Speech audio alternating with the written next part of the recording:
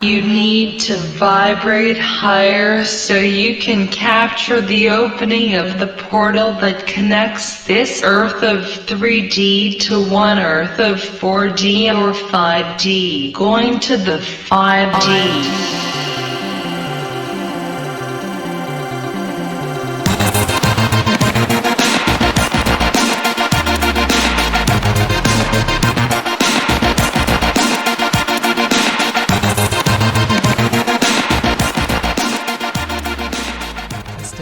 Testing. Bah, bah.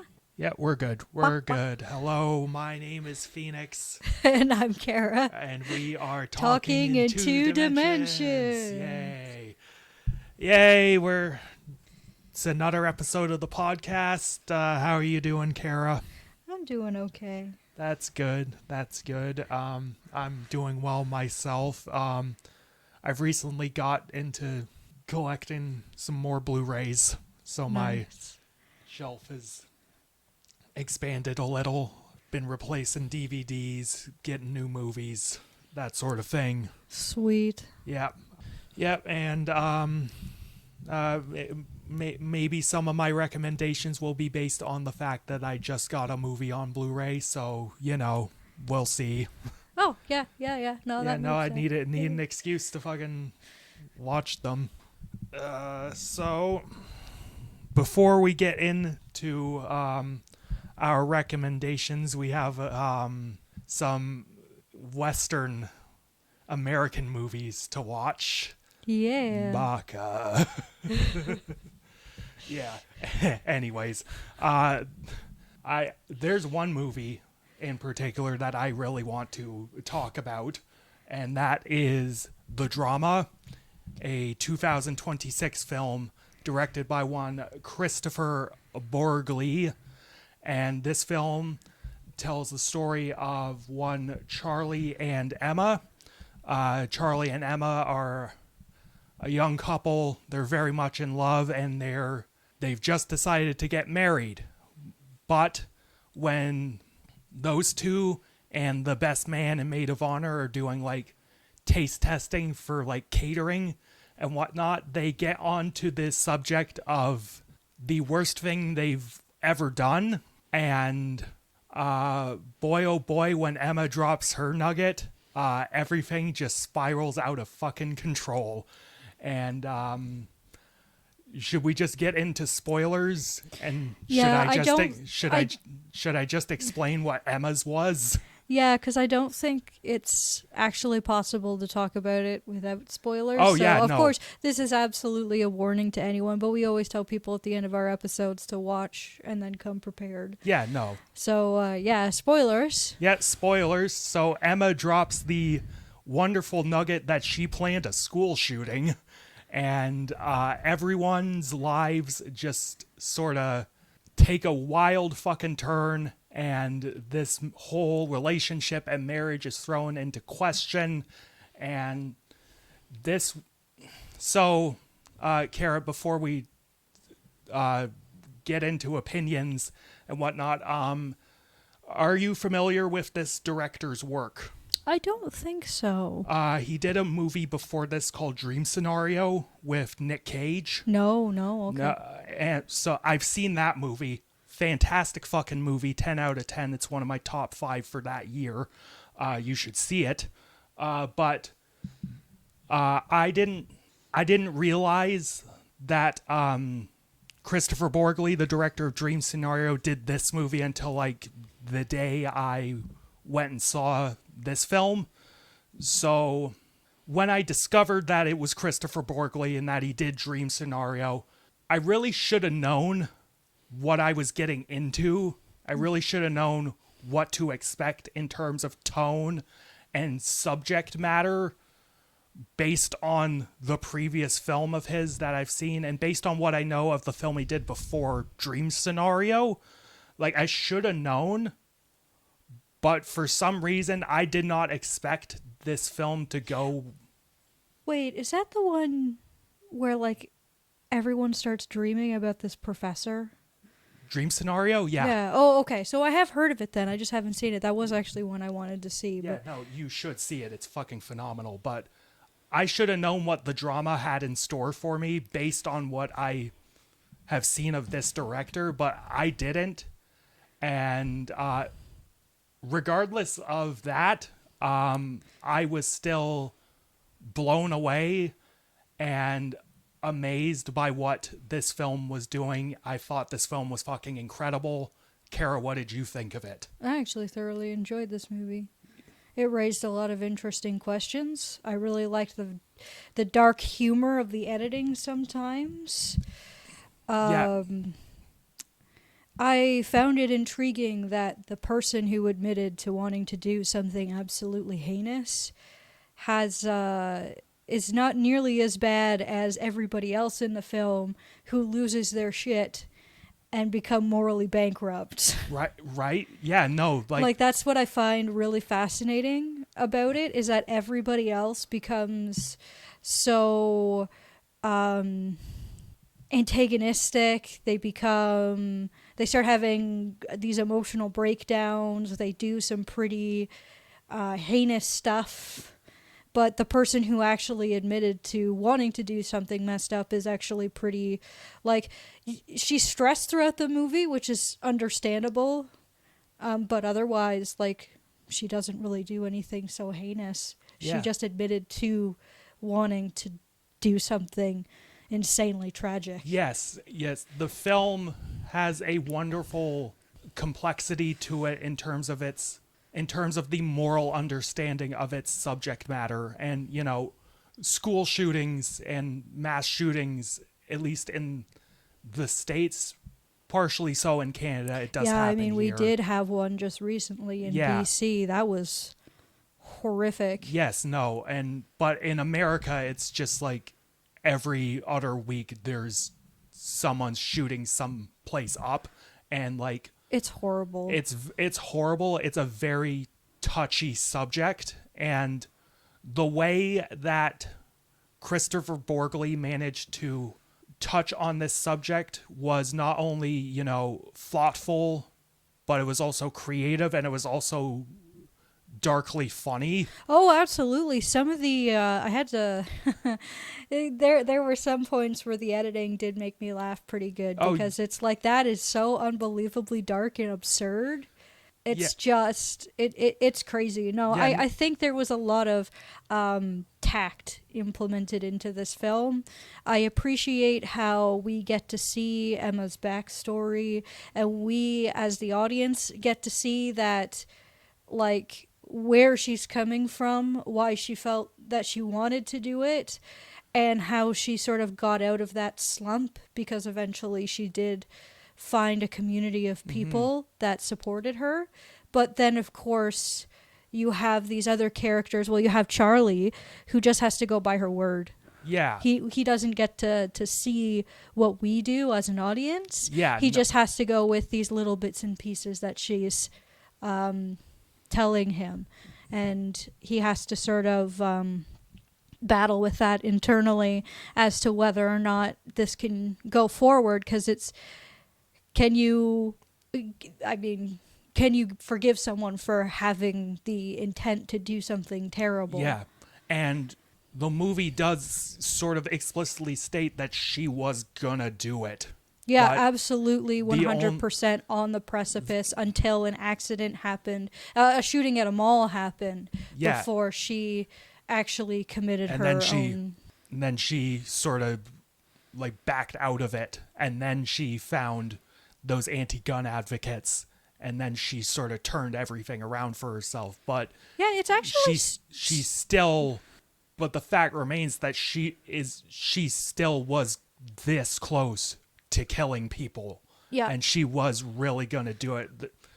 You bring up the editing in this film, and one of the things I love about this film is how purposeful every choice and every piece of Borgley's direction is. Yeah, it didn't feel like anything was just done to be done. It was like there were these moments that were very there was intent behind just about everything. I think the standout point for me was the sort of trial wedding shoot. Yeah. Where they were just doing it normally, and then you see her when she's young, and then you see her with a gun as like the flashes of the Yeah. camera go off, and no, that was great. Yeah, no, and what I love about that sequence and what I love about the film in general in terms of editing but also audio is that the film conditions you to treat any sort of loud noise as a gunshot. Oh, absolutely. So And during the bit in the photography studio, every time that camera goes off, yeah. you think it's a gun going off. And then there is a sound that goes off during the actual wedding. Yeah, but that's just the DJ dicking with, cables and stuff. Yeah. Some sparks going off. But, like, it's a loud noise, and you're just like, oh, Jesus, a fucking gun went off. Because... You're almost told to be as paranoid as Charlie. Yeah. The movie wants you to be as paranoid as everybody else. And like after watching it and sitting back, I realized that besides admitting to that, she did nothing terrible during the movie.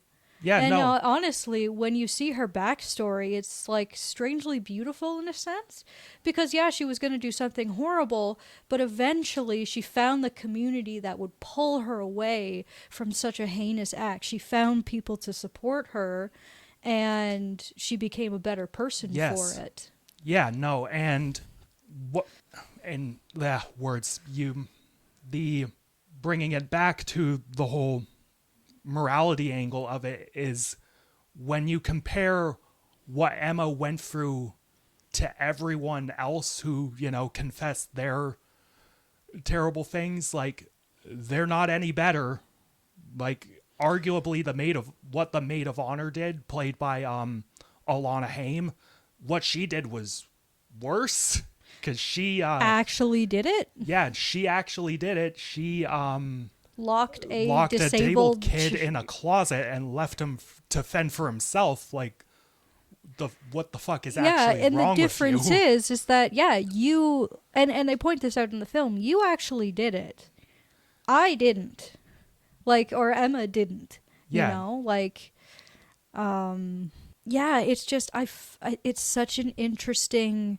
No, it's a very like complex, interesting movie that raises a lot of questions, and sort of seeing Charlie struggle with the idea of, loving the person that's here now, and instead of being obsessed with, the person that she was before when she was 15, which is really highlighted by some scenes where Charlie is like hanging out with his wife, but it's like the 15-year-old version.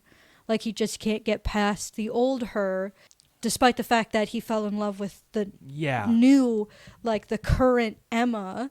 And before hearing this information, it never ultimately had an impact on their relationship at all. No, but to talk about the editing, what I like about it is that when it cuts to, like, something else, it usually is corresponding to what the character is talking about.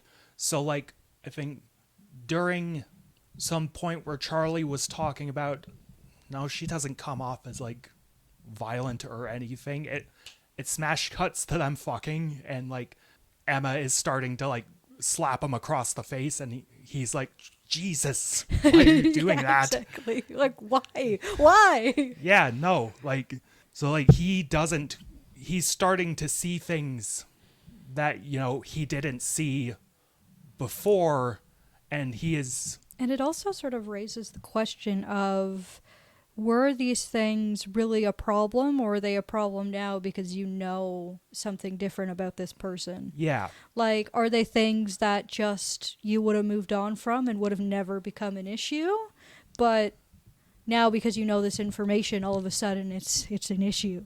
But also, when Charlie talks about the worst thing he ever did, what he says is rather vague. Like, he says he cyberbullied someone, and, like, we don't get any more information beyond, like, the kid he cyberbullied, moved away or something. But, like, you don't really know if he's just bullshitting to fit in with the conversation or if there's actually something more sinister behind that. Like, you get the feeling that Charlie maybe has an issue with actually confronting,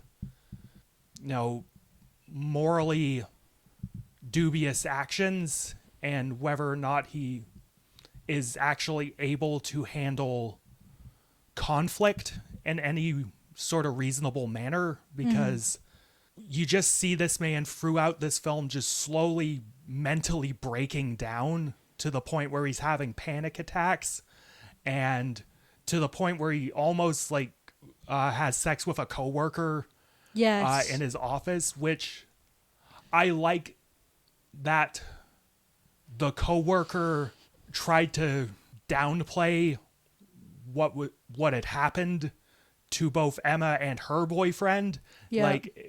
Like again, no one in this movie is like squeaky clean or coming up roses. They're really not. And it just sort of makes you sit down and wonder, like, what grounds do you have to stand on to point and say that what she was going to do is messed up, when you have people who, like, you have the one character who locked a disabled kid in a closet and actually did it. Yeah. You have Charlie, who was like super close to like cheating.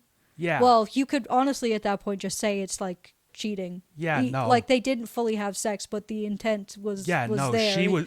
She was ready and willing. Yeah, but, absolutely. like, And later on, she was ready and willing, but she later on she just pretended like she wasn't gonna do it. Yeah, no, because like the worst thing that Emma sort of does in the story is like kind of try to separate herself from the people that are being kind of destructive. Like she just sort of like, in the nicest way possible, says she doesn't want to work with her friend anymore on this project. Yeah. Which is like, honestly, that's kind of the best thing to actually do. That is legitimately a really good thing to do, is to distance yourself from destructive people. Yeah, absolutely. And I forgot to mention, the best man, he used his, I think, then girlfriend as a human shield against a dog that was being a little too aggressive. So cool. You're a coward. And you see him being a coward throughout. Yeah.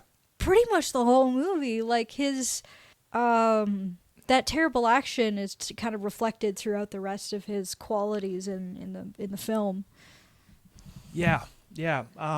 So yeah, the writing is just so wonderfully just complex and subtle, and like we mentioned, it handles such a touchy subject matter in such a unique manner, and I love that. And I mean, I alluded to it, the cast in this film are just crushing it in every scene. Fucking Robert Pattinson is just amazing.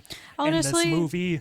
Like he's so good. The whole speech he gives during the wedding is just, you can just feel like the crushing weight in that room. Oh, absolutely. Yeah. And like, yeah, I'm really happy for Robert Pattinson. He's has quite a lot of really good roles on his belt now. He's been doing a lot of cool stuff. Absolutely. I'm glad that he was able to move on from Twilight, because he's a genuinely very good actor. Absolutely. And seems like a genuinely good person. He has so many great movies under his belt, like he has like a big fucking superhero franchise to give him a massive paycheck. He's fucking Batman, so which is actually pretty cool. I didn't mind that Batman movie. I think at some point it'd be cool to talk about that or do a Robert Pattinson episode. Yeah, because The Lighthouse, great. His voice acting in The Boy and the Heron, great. Like, so good. I didn't even recognize him. Like, he does such a really cool, like, job. Like, he really lets out his inner goblin. Yeah. You know? Like, I didn't recognize him. I had to look at the cast, and I was like, holy shit, that's him. And I'd be like, despite all the other kind of, like, stuff with Mickey 17, he's the best part of that movie. He did really good in that. Yeah, no, he's in a film by a director I think named Antonio Campos called The Devil All the Time. He plays like a southern preacher, and he has this weird like high pitched like southern accent. He's amazing. Yeah. We gotta watch that. Yeah, Yeah, yeah. no, like And then yeah, despite how much like Hollywood is kind of shoving her down our throats, like Zendaya is actually she's Zendaya is a good genuinely actress. great actress. She is a genuinely good actress. Have you watched anything of Euphoria? I haven't actually. The first season is phenomenal. Okay. You should at least watch the first season. Okay. I think the second season is great, but I will say with a caveat is if you cannot stomach the second season, past like a few episodes, just stop. Oh, okay. It gets pretty gnarly. But I mean, it gets a little, over the top because these kids are in high school, but like some of the stuff that's happening is like, Jesus, holy shit, this is going places. And I started the third season, and it's honestly kind of dumb. It's that's dumb. unfortunate. Like there's, because the third season, like based on the first episode, there's like a great idea to it. There's a great direction to it, but where they go with Rue's character, who Zendaya plays, it's just, what the fuck is this? Okay. Like, it just, yeah, no, like, anyways, first season of Euphoria, fucking great. Zendaya is amazing in that show. She's amazing in this movie. Like, you get the feeling with this character in the drama, Emma, that she is just, once this secret comes out, she just feels this compulsion to run damage control.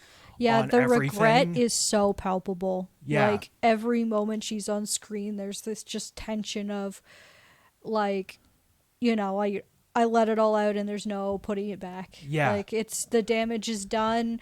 The best I can do is just tell my story, but even then she still panics. Yeah. And, like like every moment of the film after she's justifying herself.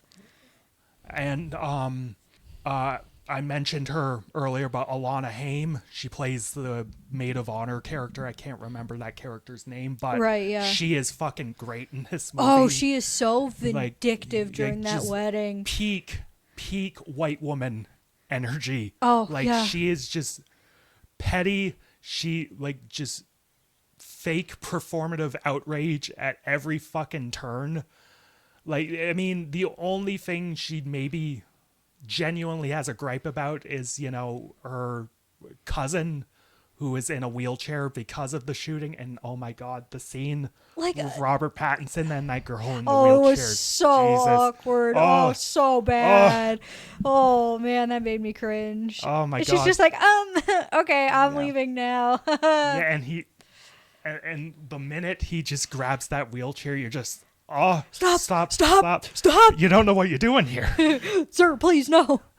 Yeah, no, but again, Alana Haim is just fantastic in this film. Like, during the wedding, she's getting progressively more drunk, and this fucking, like, snarky little laugh while Emma's father is giving her his speech, like, that was, you could just feel how petty Oh, yeah. that laugh was. Like, No, that was genuinely. real. Oh, man, no, she did a fantastic job. And it's just, like, it's so crazy because, like, after watching the movie, I was just sitting there like, okay, I kind of understand where you're coming from. You're angry because your cousin's in a wheelchair because of a school shooter. But at the same time, that wasn't her. Yeah. Emma didn't do that to your No. cousin. Like, you're being completely emotional and illogical about this. Like, it wasn't her. She didn't actually commit the crime. Like, you're getting mad at her over something that has nothing to do with her. Yeah, exactly. The drama, indeed. Yeah. It's crazy, actually, seeing the trailers and stuff. I would have never guessed that was the secret.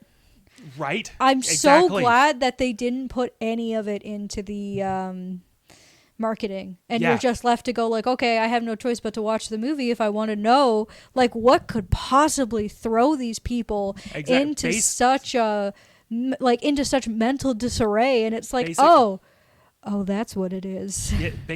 Yeah, no, like based on the trailer, like I thought the secret would have been like, oh, she cheated or something. Like, yeah, because that's usually how it is with these but romance movies. And again, like I would have never guessed. Going into the movie and even knowing that it was Christopher Borgli and what he's done before, like I should have known he would have gone in like a crazy direction with it, but I still wasn't prepared for, school shootings to be the topic. No, I think after watching this, I definitely want to watch Dream Scenario. That was actually on my list because I thought the premise was so cool. He does a really, really great job with the premise and the themes that come out of it.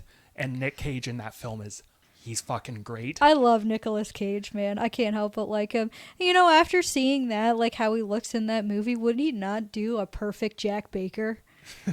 Yeah. Oh my God. Yeah, you're right. Yeah. Wouldn't that be so good? That'd be fun. That would be fun. If they ever made Resident Evil like 7 into a movie, Nicolas Cage as Jack Baker, 100%.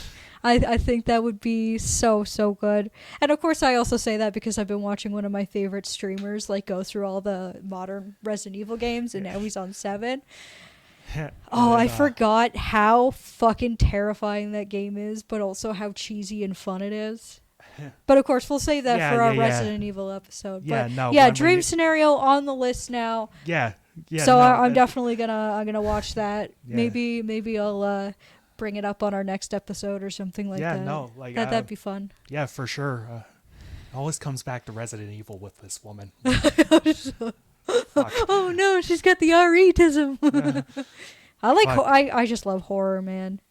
It's something else. Anyways, there's 2 more things I want to talk about with the drama. Okay, yeah. I want to briefly touch on the music in the film. The original score by I believe Daniel Pemberton is the guy who composed the music. Like it's so minimal. Yeah. Like it's just, every piece is just, short little wind instrument hits, like boop, boop, boop, boop. Like it's just that. But, it manages to complement the tense atmosphere of the film really well. Mm-hmm. And, there's also a ton of licensed music in the film. And I think that is reflective of, the characters and their setting and, the culture they live in. But every piece that's used, I think, is used rather purposefully. There's one song, I forget, but it's like a pop song, like a synthy little pop song. Like it's this couple, it's their song, and then it's reincorporated like near the end, like in such a beautiful manner. Like Robert Pattinson had another fucking wonderful edit in this film. Like when it comes out that Robert Pattinson and his coworker were about to, indulge in some sexual activity during this, and the boyfriend just storms up to him. Whack. Smash cut to like the aftermath of Robert Pattinson coming home all fucking bloody. Like beautiful cut. Yeah. But like during, when he's at home, he starts listening to, their song, and it takes on such a more somber and melancholic sort of tone compared to the first time it was used in the film when they're preparing for their, first dance. Yeah. Which is the impetus for the discussion about the worst thing they ever done, because they see their choreographer, freebasing fucking heroin on the street. Oh, jeez. Like it's so good. Anyways, the use of music in this film is great, and because I mentioned the ending, I do want to talk about the ending because I don't think there is a level of, ambiguity to the ending. But I don't know. Do you? I don't think so either. I It really felt like just a calm moment where they sort of subtly tell each other that they just want to start over. Because she's acting like they haven't met before, and they're just yeah, kinda, that's because that's their cute little yeah, thing. that's their cute little thing, like remember this when Yeah. things were all right. Like why don't we? Okay, so you're speaking as if they're trying to Reconcile, I suppose, with everything that happened. You're speaking as if the ending is saying they're potentially going to get back together, but I don't think the ending implies that because it's a subtle thing, but it's the way Robert Pattinson says the last line of the film, when they have their little, hi, I'm Charlie, and Emma says, it's nice to meet you, Charlie. Robert Pattinson says, it was nice to meet you too, Emma. The key word there being was. Oh, There's true. there's a past tense to it. There's at some point in time it was nice to meet you, but now there's nothing left. It feels like this relationship can't survive. So that's why I'm saying there isn't necessarily a level of ambiguity to it, but it's just subtle. You just have to. It's hear just it. subtle in the way that the definitiveness of the ending is just subtle because it's such a minor word choice. Yeah. Anyways, the drama is fantastic. Christopher Borgley, I think, is becoming one of my favorite directors working today. He is just so good. I'm looking forward to revisiting Dream Scenario. I want to see the movie he did before this, Sick of Myself.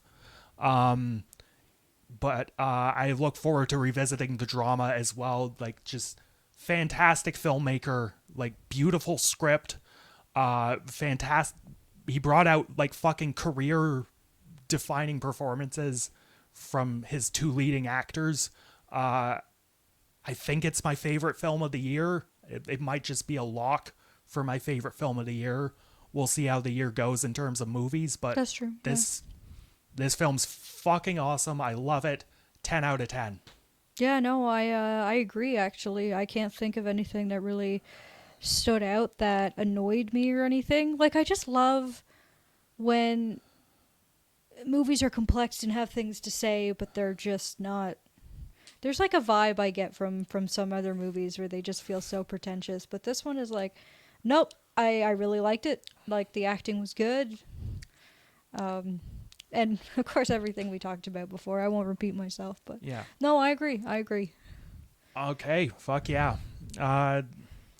That's our first American sort of film to go. Our second one, which we happened to both see at the same time at the theater. That was pretty good. We Yeah. both went with our families and just so happened to pick the same theater at the exact same time. Yeah, no. So we saw a film entitled Project Hail Mary, directed by Phil Lord and Chris Miller.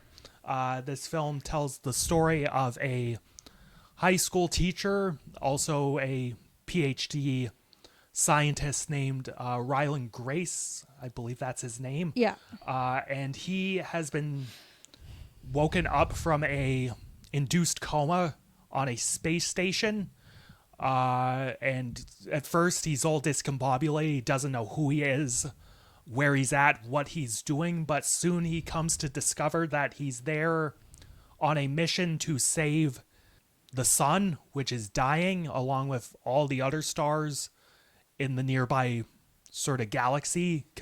Yeah, from the astrophage, which is this sort of disease or creature that they feed off of the energy of suns. Yes. And they travel to planets for a very specific reason in order to like breed, and they travel back and forth Yeah. between this stream essentially. Yes, and while he's out in space, he makes first contact with alien life, this little rock spider who he dubs Rocky, and the So two of good. them are coincidentally have the same mission to save their planet from, dying because of a star that's being eaten alive.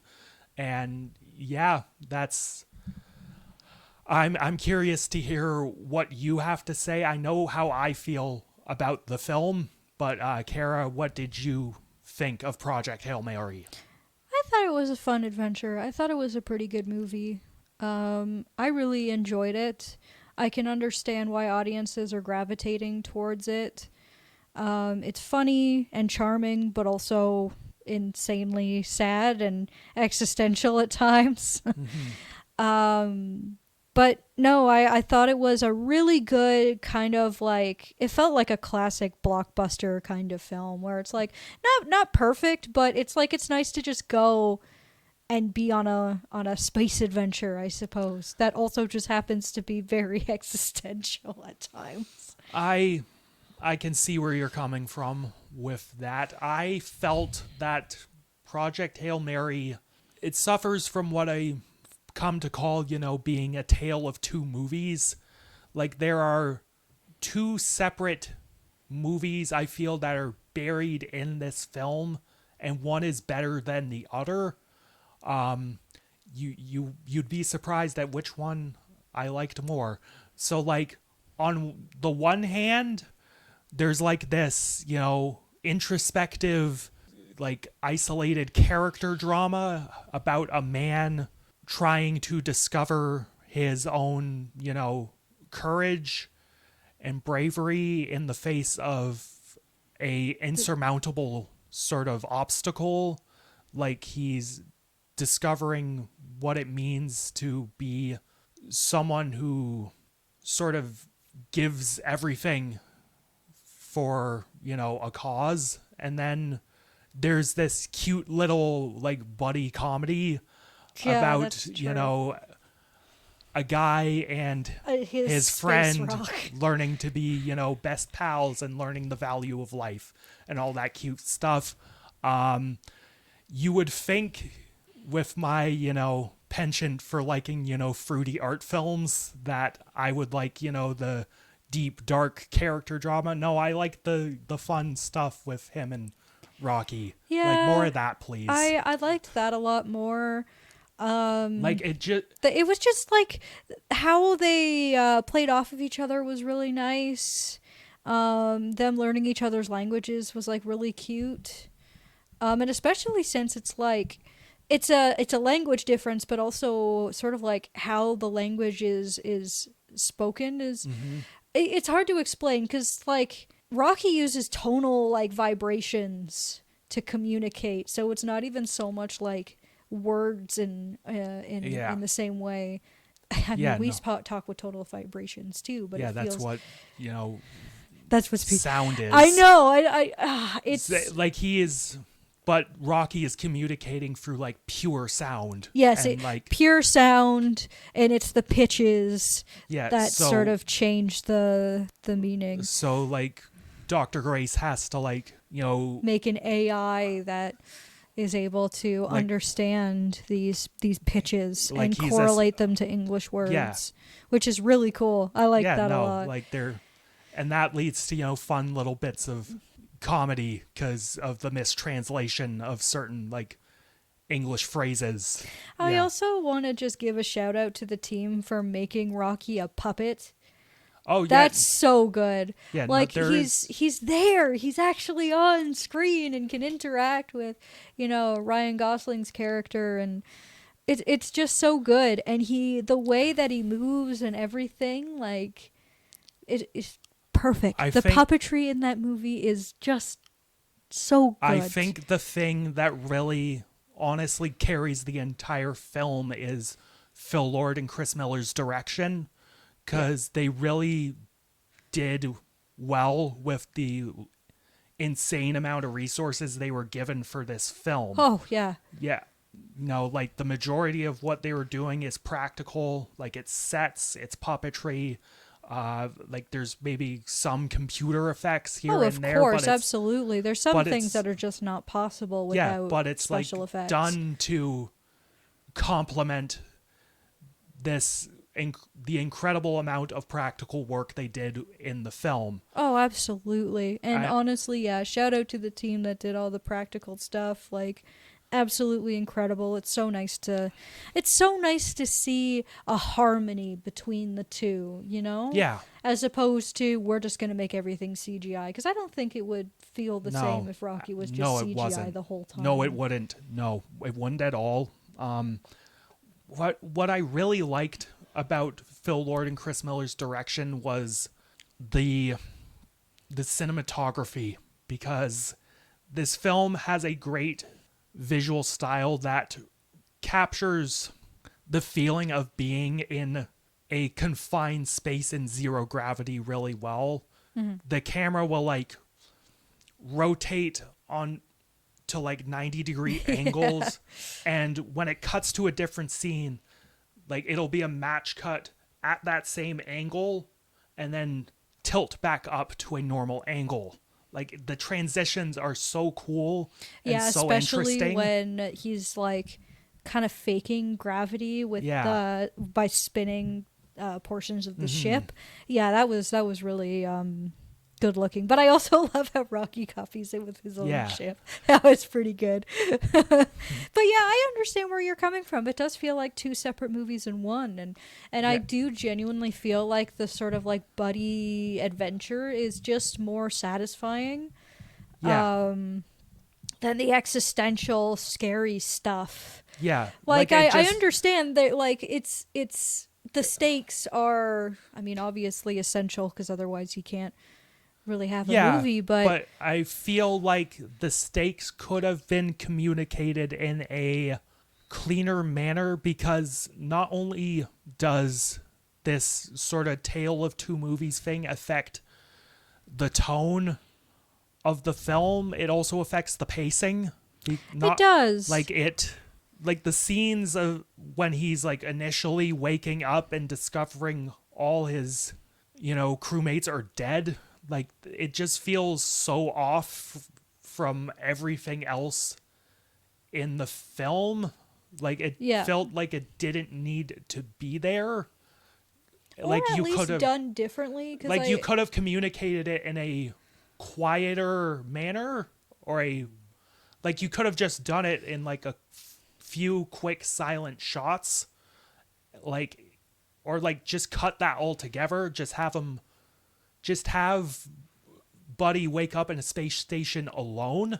Well, I suppose like I could see it more so being a couple of shots, because there is a point where they explain like there has to be other team members because one is a pilot, the other one Yeah. is this, right? So and part of the stakes is that obviously he's not a pilot, so he has no idea what he's doing. So there are some points where like he doesn't know how to drive the ship or anything like that. So it makes sense that they would send out a team as opposed to one lone person. But yeah, I think it could have been not as long. Yeah, no. Like still, I don't think that all of the really sad stuff needs to be completely ripped out. It just needed to be different. I suppose so. But I still think there are chunks of this film that if you cut them out or communicated them in less time, the film would be better off for it. Oh, absolutely. No. Also, I did feel that the film took a little too long to end. Like there were points where it felt like they ended the film multiple times. Oh gosh, but it yeah. just kept kept like going. the Xenon thing. It was just like, yeah, because essentially they find a predator that can keep the astrophage in check.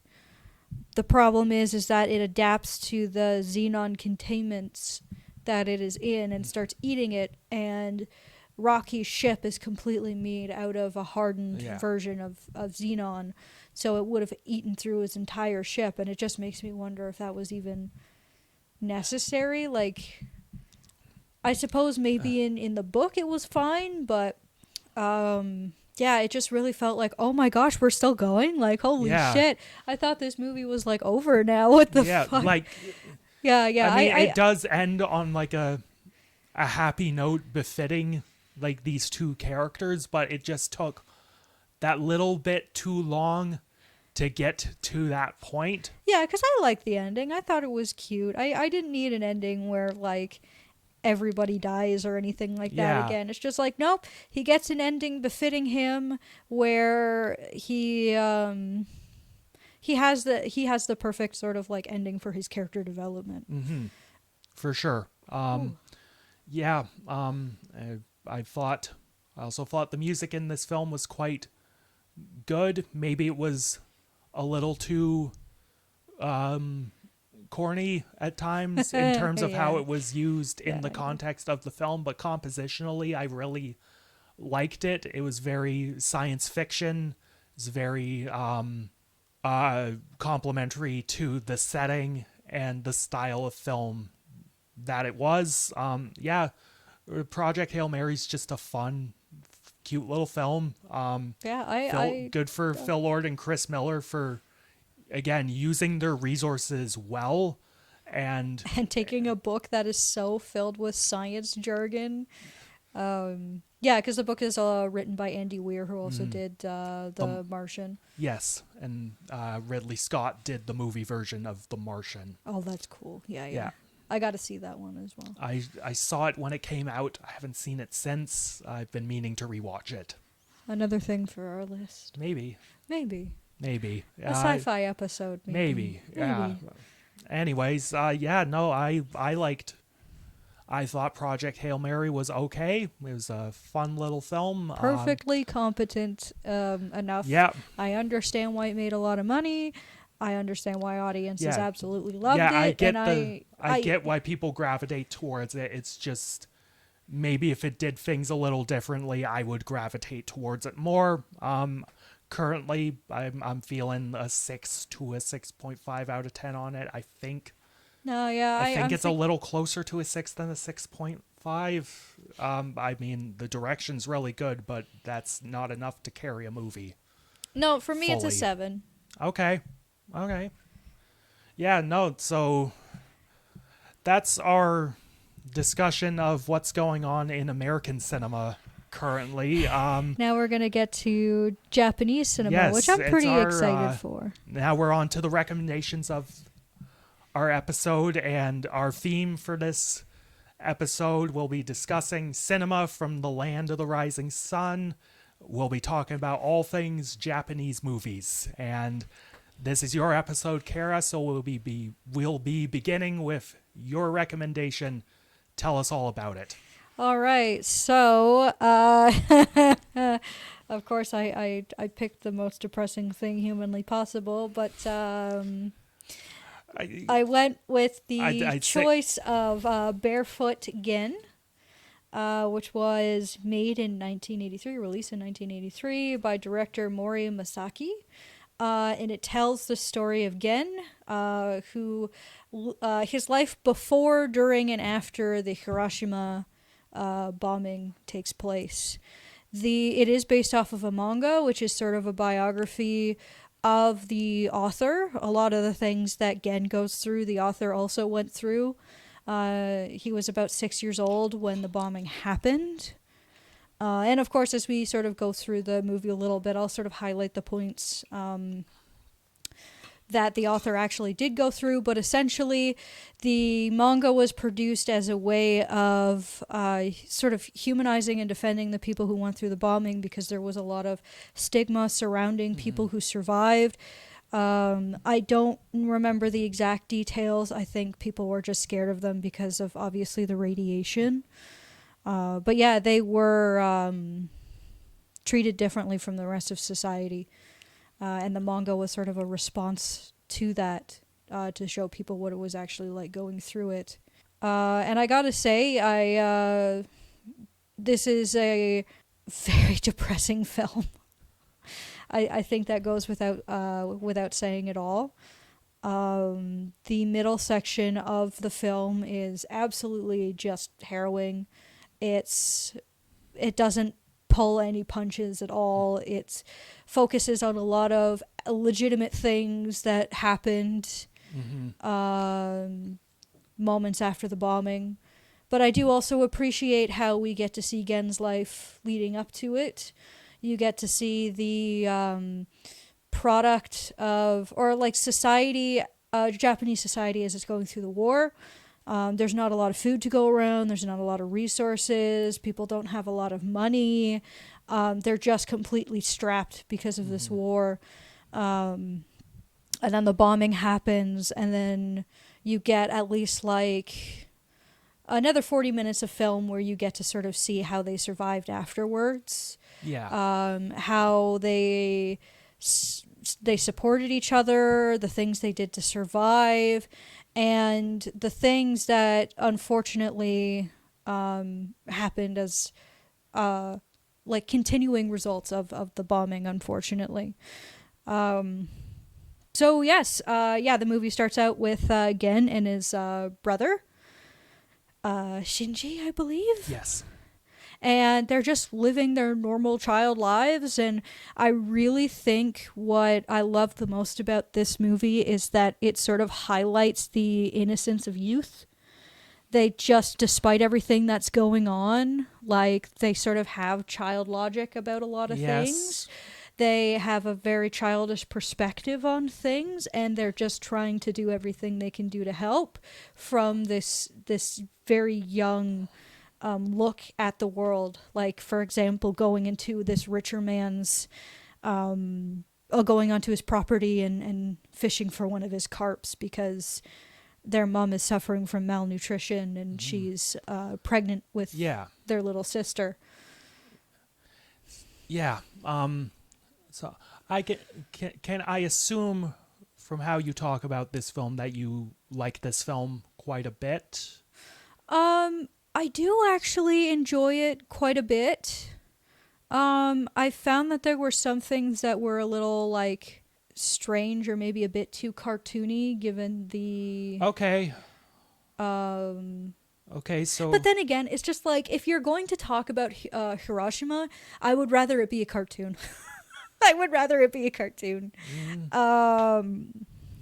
Because I can't even imagine seeing the details like that as a live action sort of thing. I liked a ton of what this film achieved, especially from the bombing of Hiroshima on. Oh my gosh, But throughout the film, I felt that it struggled with tone and struggled with imparting a genuine sense of weight and stakes in the setting. That I understand. I think that's kind of like what I was struggling to explain is because like tonally sometimes it was a little bit too like, oh yeah, this is an anime, all right. Fuck, like. Yeah, no, like during before the bombing of Hiroshima, like it just felt like a little too cutesy, a little too cartoony. It was trying a bit too hard when really you just needed them to act like kids. Yeah, no, like there is because like I really love the setting of like, Imperial Japan during the war, like, and I think what you can glean from the setting and like the situation, you do understand that there is a level of stakes and direness to it in terms of these people are begging for food, like they are all suffering from some level of malnutrition or poverty But because of the emperor, they all have pride. They all Yeah. want to win that war. Yeah, A no. lot of them still want to put on that uniform and Like- go out and fight. Yeah, no, and you see that during at one point because someone I think got either conscripted or volunteered for the Yeah. Japanese army, and you see Gen and his brother and his dad walking by as that happens, and like it's a wonderful setting, and I wish the film making reflected the seriousness and the weight of its setting more, because Yeah, and one I of the think that's what I got from it as well, because there's so many things in the beginning that I'm like, this works. I like this. I like how we're seeing the perspective of like what Japan was going through, or Hiroshima was, exactly Yeah. that point before the bomb dropped. But it's like there's some things where I'm like, yep, this is a fucking anime, all right. This is absolutely a fucking anime. Yeah, and I'm gonna. So one of the big things that prevented me from like fully connecting with this film was the music. I thought I thought the music, Especially to the be main perfect, theme. to be perfectly blunt, was absolute dog shit. Like at certain points, the music was like, okay, that's a nice piece. It complemented the scene. It imparted the weight of what was happening really well.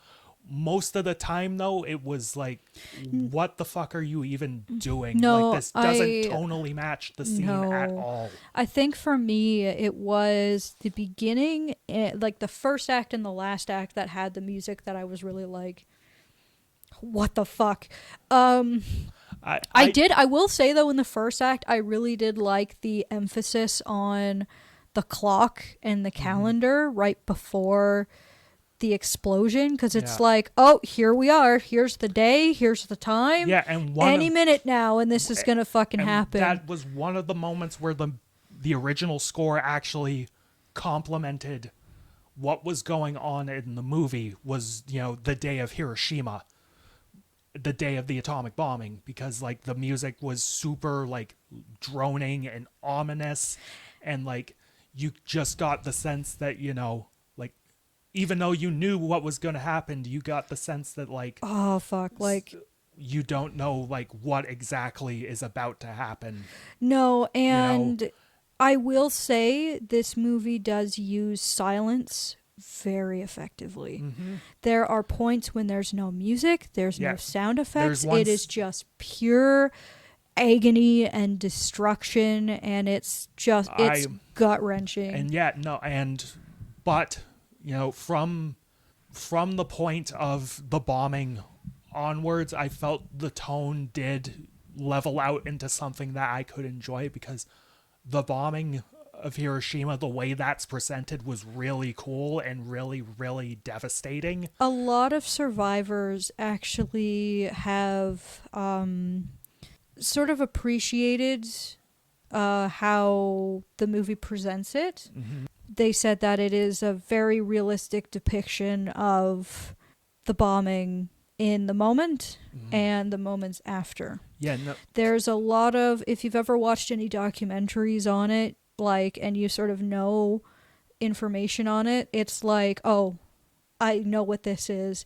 I know what's happening here. And it's like, to visually see that it's horrific. Like when Gen first gets up and out of the rubble, he sees a bunch of people walking towards him just covered in burns, and they barely have any clothes, and they're just walking. And this was, these people were referred to as like the ant marchers. They were so shocked that they just kept walking. yeah. No regard for anything else around them. They just kept walking. Yeah, no, I love how that.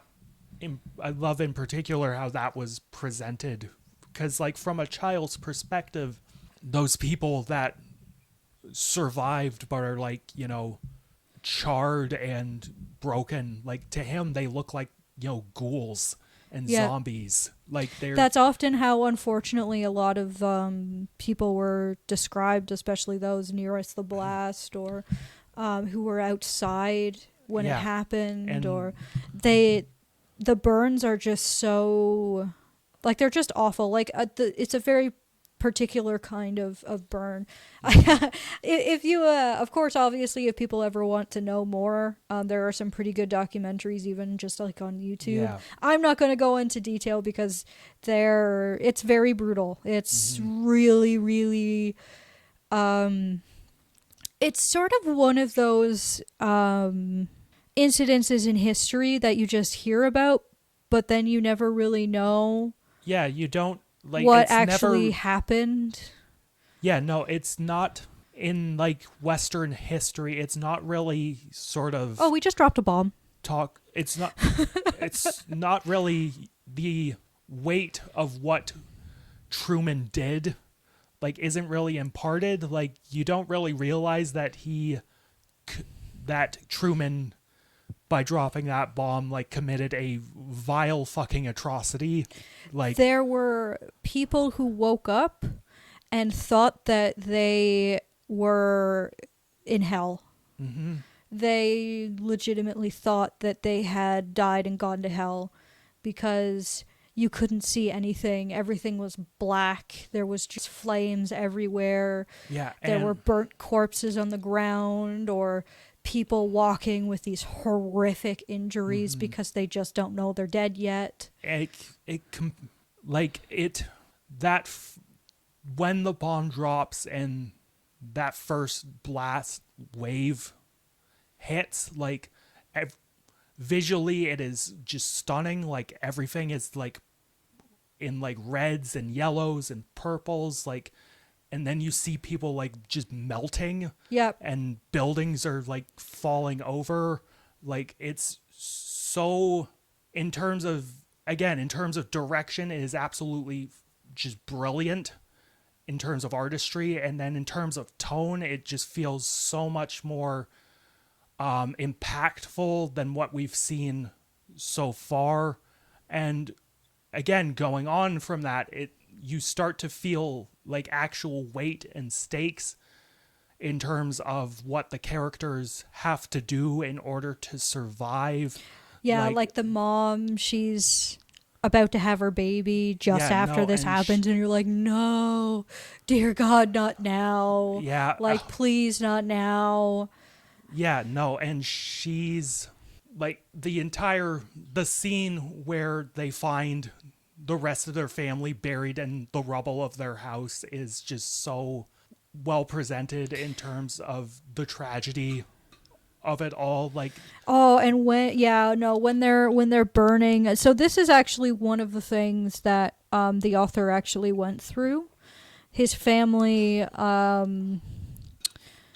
were unfortunately under the rubble, and they weren't able to get them out, and they burned alive. And later, when he goes back to the site, he does dig up their skulls. Yeah. So I can only imagine how it was just how just horrible, because seconds later you're telling your little brother that you're going to your school and you'll be back as soon as possible so they can send a ship off into the water, because his little brother carved like this sort of Japanese warship out of wood, and it all just happens in an instant. And yeah, that's how a lot of survivors describe it. It's just like one moment everything is just beautiful, it was the loveliest day you could imagine, and then the next it's just all black. You've been thrown against a wall, there's glass everywhere, you can barely hear, like you're covered in burns. Yeah, no, and it's brought together well, but that particular scene is brought together by the mom's voice actress, I believe, Siko Nakano. I believe that's who plays her. Like, it's so, the moment she just starts, like laughing, like she just, she's snapped. Gone. She is gone mentally. Like, it's just so heartbreaking.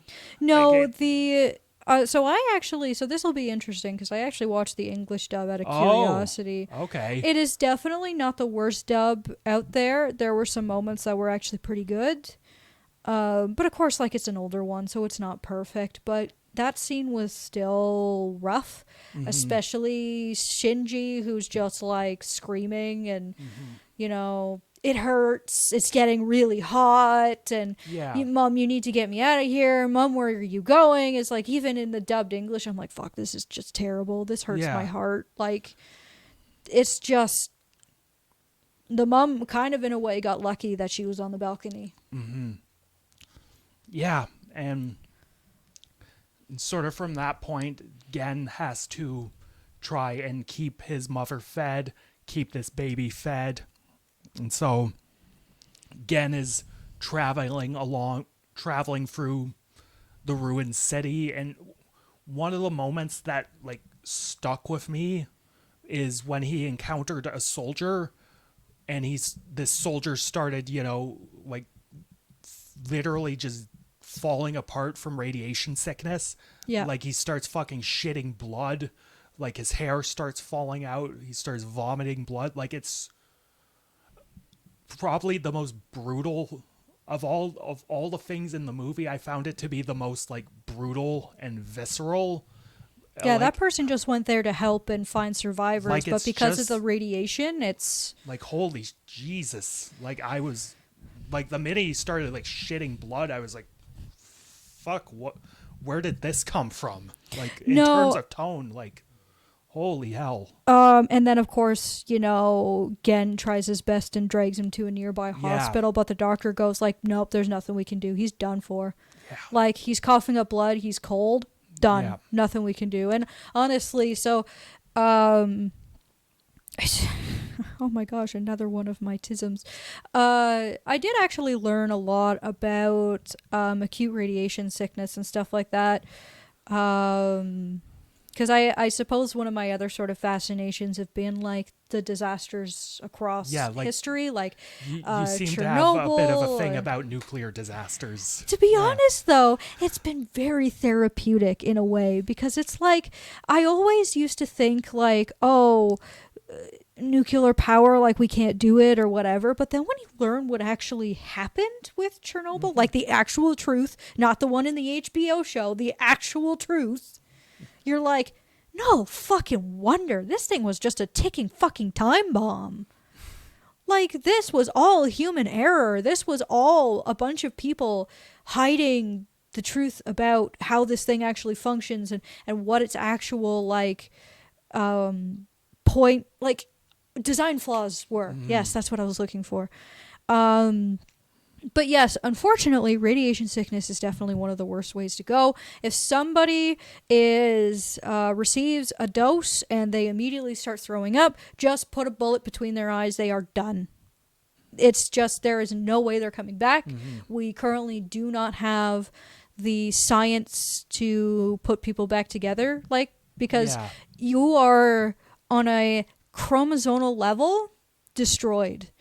If you, of course, want to learn sort of more about that, Hisashio Uchi, his story, Wendigoon actually has a really good video on it. That's how I learned about that situation. Yeah, it explains everything. He received such a high dose because of an incident at his work that his chromosomes, they couldn't even tell which were which. And the image is just devastating. But yeah, with in regards to the soldier, if people start throwing up after a dose, that's it. Like, it's just a mercy to let him go. Yeah, no, it, like I've mentioned, from the bombing onwards, it does impart a decent sense of stakes. And, throughout this thing, like, Gen is doing his best to take care of his mom and this new baby. They even find like they even build like a little like shack to live in. Like, they managed to find a small supply of food because a bunch of bags of rice in the center of a pile managed to not get like vaporized. Yeah. Yeah, so they had like a decent stockpile of food, but they needed, and at some point, And later on, they take in a small boy because he kind of looks like their deceased son, the deceased brother. Yeah, his name is Shinichi. Something like that. Yeah. Yeah, And they take him in because voiced by the same actor who played Shinji. oh, okay, yep, Yeah. yep. That would make sense. Yeah, so like that's a cute little choice in terms of the themes and the characters and how they would perceive this new character. And Yeah. I think once they get to sort of know each other and they become a little bit of a found family there, I think the other sort of part of the film that stuck with me was when they were given a job to And help. I was gonna get to that because It's you talk about how this story is meant to humanize the victims of Hiroshima, and these two get a job taking care of a man who was horribly Disfigured, burned yeah. and disfigured because of the bombing. And you know, the family had started neglecting him like Oh, no he's one just covered in maggots. The room is no one- disgusting. His bandages are bright red with blood because yeah, they haven't like been no one changed. and no one else would take care of him because, you know, understandably so, this guy has gotten a little gnarly about everything. But these kids, through willpower and, you know, just a minimal level of compassion, like managed to lift this man's spirits and help him out just that little bit. Like, it does a great job of not only balancing tone, like in terms of But also like hope.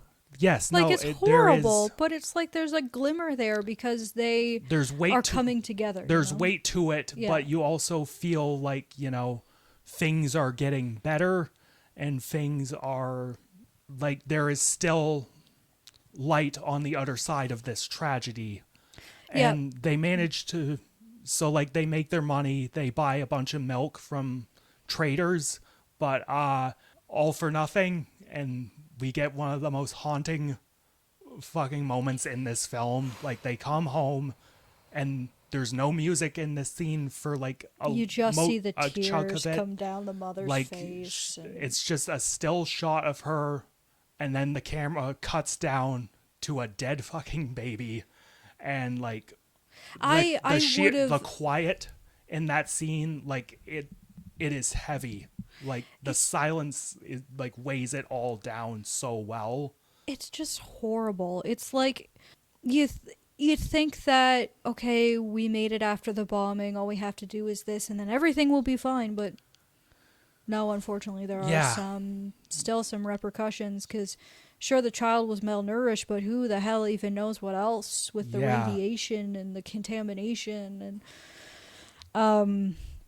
it's just so sad. And it's crazy how they actually do show the dead baby, Yeah. because that's just something you would never, like no American film would ever No, dare doing something absolutely like that. not. But it hits so hard seeing this poor still corpse and Mm-hmm.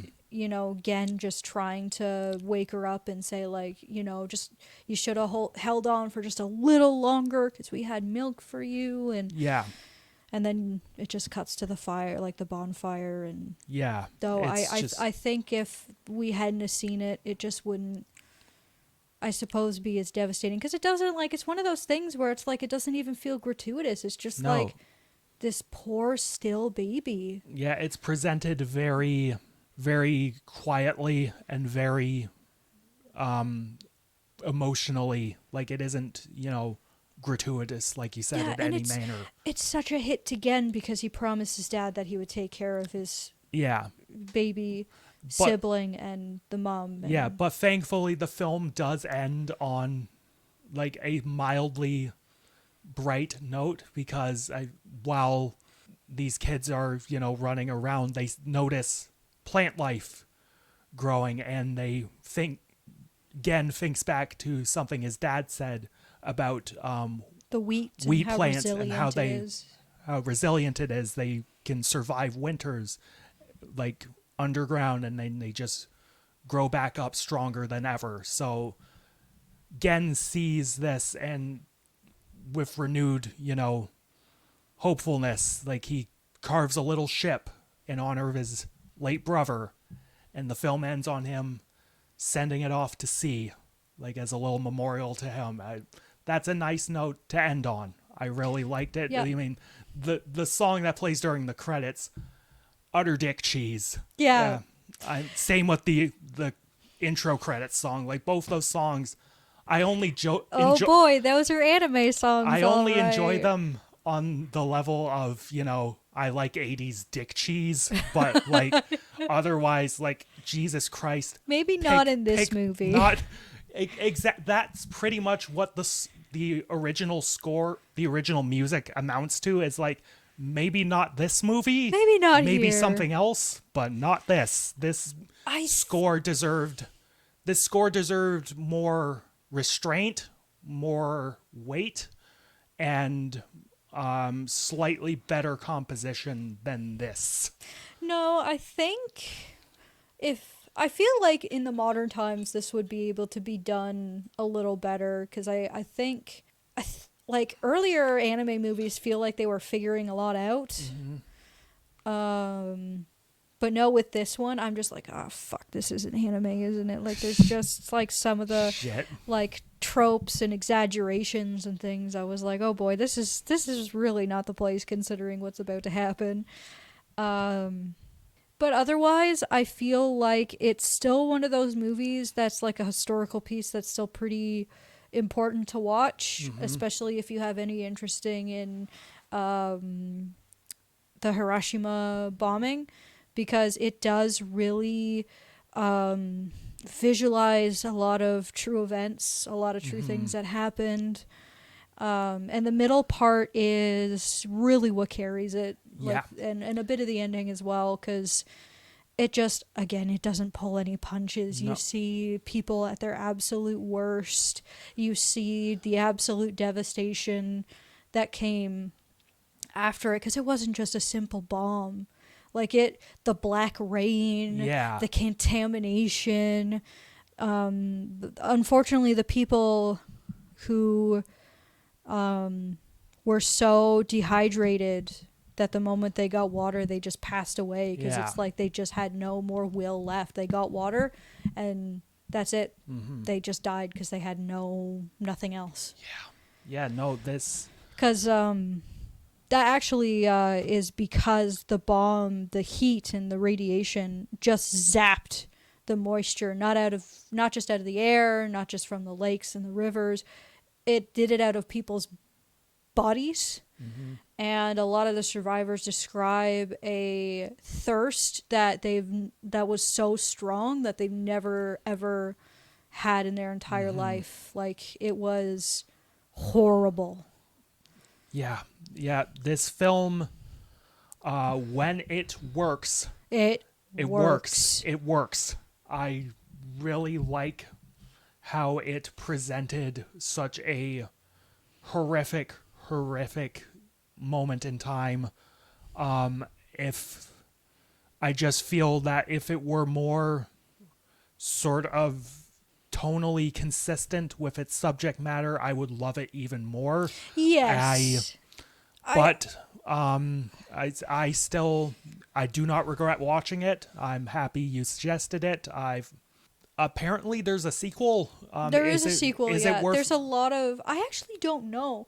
The manga actually goes on for a lot of volumes too, so I think it talks about some of the political strife that happens after the bombing. Okay. Maybe that's interesting. Maybe that's worth checking out. But either way, this film, I thought it was cool in certain regards. I just wish it were a little better made. I'm feeling a 6 out of 10. Yeah, just a solid 6 out of 10. Like, I could maybe say, like, the elements that work could maybe justify a slight bump, but even then I can't. I still think the things that really hold it back. So yeah, 6 out of 10. Yeah, I think I'm a little bit higher at like a 6.5 because I do sort of like, there's so much realness to the moments that happen just after the bomb, like the drownings and the ant marchers and stuff like that. Like they pretty much touch on so many significant events that happened afterwards, Yeah. and they are true to those events that it's hard not to admire that, I suppose. Yeah. And yeah, so I'd say it's about a 6.5 because that middle section is just harrowing, and it illustrates a lot you wouldn't have thought of. Yeah. Of course, yeah, obviously, if you want to learn more about this sort of stuff, viewer discretion is advised because there's a lot of like, there's some things that happen that are worse than in this movie, like the horse, if you know, you know, and the tap dancer, again, if you know, you know. Oh man, that just those just hurt my stomach. It's one of those things where I'm glad I learned more about, because you would have had no idea otherwise. Because at least when it comes to learning this stuff in school, I mean, I could kind of understand in a way why they didn't go into detail, but like it's never explored further when like we're older. It's just like, yeah, we dropped a bomb, it was devastating, it was radioactive for a bit, but the actual like things that happened on the ground, like nothing. Right. Absolutely nothing.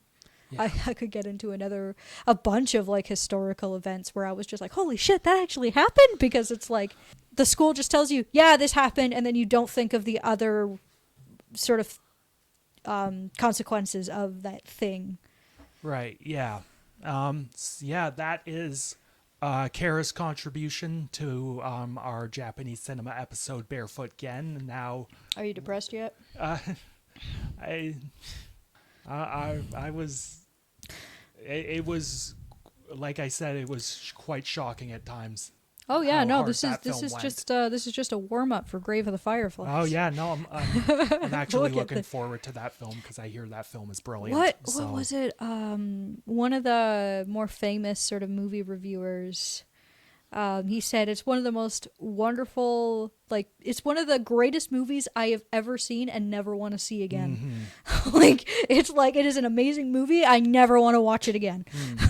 Yeah, yeah, no. Oh, so Robert. Was it Robert Eager, or I can't remember. I don't think it was Roger Ebert. Oh, Roger. There we go. I think it might have been him. But yeah, there was a pretty big movie reviewer that was like, yeah, no, great. Don't ever put that movie on in front of me again. Yeah. So yeah, no, that was Barefoot Gen. Now it's on to my recommendation. Let me pull up my notes. Baby. See, he's organized. I just improvise and. You fucking. Yeah, so my recommendation was 1963's High and Low, directed by the great Akira Kurosawa. And this film tells the story of a shoe maker, an executive at a shoe company who runs like a factory. His name is Gondo, and he is looking to buy out the company he works at after a disagreement with the other executives over how the company is run. So he pretty much puts up everything he has as collateral to buy out this company, but someone kidnaps his chauffeur's son, and he now has to pay a 30 million yen ransom in order to get this kid back. And, you know, the cops have to get involved, and this leads to a whole giant case about catching this kidnapper and getting this kid back safe. This is widely regarded, at least in more recent times, as one of this director's greatest works. And was this your first Akira Kurosawa movie? I think so, actually. This was my first Akira Kurosawa. It really shouldn't have been. I really should have gotten to this director beforehand. He's done like a ton of like classic, like seminal movies like Seven Samurai, Rashomon, Ran, Yojimbo. Like, but I'm glad that this was my introduction to Akira Kurosawa, because this film is just so goddamn good. It just baffles my mind how goddamn good this movie is. Like, it's so fucking good. I love it. Kara, what did you think of High and Low? I actually thoroughly enjoyed it. I think there's some things in this film that like are so astonishing. Like, for example, the first half of the movie is just in the same location. Yes. But it's still so engaging, Right, because yeah. you just want to know what happens next. Yeah. Like, it's such the mystery is good, how things are unveiled are really good, the acting is incredible. Like, I can only imagine like viewing the movie, it's just like, oh wow, this scene is still going. Holy Yeah. shit. How did they just do this? Sorry, I left my mic there for a moment. But no, I thoroughly enjoyed it. I thought the acting was incredible. Yeah. I thought it was really cool that it was still engaging despite being in the same location for the first half. The second half was really good. I like how everyone feels very real. Mm-hmm. Like, I think one of my favorite scenes was when they were all the cops were going over their evidence. Yeah. And they're like, right. Yeah. like they're fucking around and joking with each other every and throwing some like, laughs around. there's so much. Everything in this film is so well put together, so purposeful, so. How is Akira Kurosawa? How is he so fucking good? Oh my god. The way I want to approach this movie, normally I just sort of go like beat for beat, scene for scene. Normally, for this, I want to sort of look at it through three different sort of angles. Like, first, I want to talk about Akira Kurosawa's direction, and like I said, just every choice he makes in this film is just so meticulous, so well thought out, and so beautiful. Like you mentioned, the first hour of this film is in a house. It's just a house. Like, it starts with this beautiful dark shot of the main character, and then he turns the lights on, and we get him talking to the other executives. It establishes, this business deal that you think is probably going to be, the basis of the movie. But then the kidnapping happens, and the stakes go up so seamlessly. I love how the beginning doesn't waste any time. No, it establishes that there's a deal going on, that everyone in this company has like different ideas of how things should move forward. It shows us the context that we need, and then the plot goes. Yes. There's no like meandering around or anything. It's just like, all right, meeting's over. Anyways, where's our kid? Yeah. No, and like every shot in this film, especially in this house, is just so beautifully framed, and it reflects so much in terms of character development and thematic discussion. Like, there's a shot where Gondo is taking a phone call, and Gondo is at the center of the frame, and over his left shoulder is his wife, over his right is his like business partner. Like, it's a perfect triangle, just like a perfect equilateral triangle. And not only is it just beautiful to look at, but it also shows that he's being pulled in multiple directions, where like his wife is telling him one thing, the business partner's sort of in the other ear telling him another. Like, he is having to wrestle with, two competing responsibilities and two competing sort of viewpoints, both of them equally important. There's, and in terms of just production design, like this house is really, really nice, and every space in the house is well used. Like, one of my favorite things about the film is the use of audio and the use of music. The first hour of this film, there's no fucking music. Oh, that's crazy. Yeah, not a single bit of music till That's actually wild. yeah, like it's just silent, and I love how silent the house is when like the windows are closed, but the minute like he opens like the door to his like backyard or like his balcony, like you can hear all the noises of the city, and like it's jarringly loud compared to how silent his house is. Also, like the outside of his house where you see the little like part of the city where he's living, I believe that's actually a miniature set. That's pretty cool. Yeah, no, That's it's awesome. really cool. And like even the setting of this story reflects the themes of the film, because he is living on like a hilltop.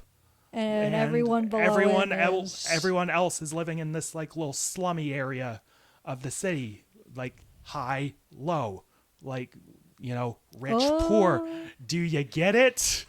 I mean, I was like, looking high and low, I get Yeah. it, but it's like, oh, right, yeah, because he's Haves and he's have- up here and they're down there. Yeah, no, and so I get like Because every it is a movie that's a lot about Japanese sort of like class culture and Yes, business culture. for sure. And there's another shot I love in this film that reflects that beautifully. It's when Gondo and I think his now ex-business partner, because he finds out his partner snitched on him for a promotion. Like, ooh. Like, and so What a bastard. That guy comes back and is like, hey, you know, the company's willing to, you know, take you back, you know, but Gondo is like, you know, fuck off. That's a Go fuck yourself. That's a position in, you know, name only. I won't have any power. How dare you? And so the way this is framed is like he meant, like the cops, you know, were like, okay, you know, we'll let you be, and Gondo's like, no, you can stay. You can hear this. So like the cops are sitting down, like I think in that little pit area. Yeah. And Gondo's like on the base floor talking to his friend, and like Gondo and his like ex-business partner are like sort of towering over the cops. So like these cops feel so like these, and you know, police officers don't tend to make a lot of money compared to like, you know, business executives. So these like salary wage cops feel so small in the face of like these like rich businessmen talking about like complex business matters. Like, Which is crazy because Yeah. it's like these people are actually kind of important. Yeah. The police are actually important. Yeah, no, like the police managed to get his fucking money back, so you know. Yeah, and like then we get to the entire sequence on the train, which Akira Kurosawa decided to, you know, shoot on like an actual sort of train one day. Why not? That's awesome. Yeah, no, so all the people sitting there are just passengers. They're not extras. That's cool. I love that. That's Yeah, awesome. no. And there's another wonderful bit of audio design in this sequence where Gondo has to go to a phone, and he goes into the phone booth, which is soundproof. And when the camera is outside of the booth, it's silent. You don't hear what he's saying. But when it cuts to inside, you hear like part of a conversation. Like you don't have all the context, but like you get enough of it, and then it cuts back and it's silent, so you don't hear every piece. Like you only get the information that's needed, and like it's so, oh my god, the shot that sticks with me in this film, and it will for probably the rest of my life. There's a shot in this area called Dope Alley, where the main villain is, finds this drug addict. And this drug addict is, sort of against a wall, and it's framed through a window, this square window. And we see in the background the main villain, and he's covered in shadows. It makes him look so ominous and villainous. It's just so beautifully framed. Just again, I wholeheartedly understand why you are gushing about this movie. I feel like I sort of forgot why mystery movies can be so enticing, because it was so much fun, even just predicting what the end result could be as the clues start coming in. But yeah, again, the shots are incredible, the pacing is incredible, the acting is just incredible, and again, my favorite part is when they're just talking about evidence, and you're just like, ooh, yes, tell me more, what's going on, what have we found? But I just love how they just act like casual workers, they throw jokes at each other, oh my gosh, and everyone, once we get to the lower area, everyone is everyone has fans, everyone's so sweaty, you can feel the stress kind of through that as well. Just one last bit about the direction before I get into what you're talking about. The sequence just in the city is so, and especially in that bar that the main villain goes into, it's just so well coordinated, because there are so many extras just mulling about, dancing and walking around. Most of it is just cleanly shot in these long takes. So this camera is going around so many people and capturing so much action. It's just so well coordinated and purposeful and beautifully constructed. And that's not, and we haven't even gotten into the writing, which you're touching on. And the first thing I want to talk about is, on a surface level, this is just a fucking good detective story. Oh, it is. Every piece is so thought out and intelligent. Feel so intelligent, you know? Because sometimes, sometimes with movies, I'm like, you're an idiot. Why the hell, would you come to that conclusion? Why didn't you think of this sooner? But it's no, these people genuinely feel really smart. Hey, I've got a map with all of the places where you can see through Mr. Gondo's window. And I'm like, that's so, crazy. If I'm sitting in, a mystery movie, I want to be like, oh my gosh, I never would have even thought of that. And then it explains why he was peeking under the curtain, because you see him making that map in one of the earlier scenes. He's peeking under the curtain to kind of see oh, okay, that area you might be able to see, that area. And it's really cool to see all of the clues come together, and even you go whoa, yeah, actually that makes so much sense. It's just this part of town gets really hot during the summer, and you're like, yeah, and the guy on the phone said that he was really hot, so that has to be where he, and you get excited with the detectives. It's unironically clever. It's not clever in a sort of pretentious, the writer thinks he's clever, but it actually isn't. No, it's genuinely clever.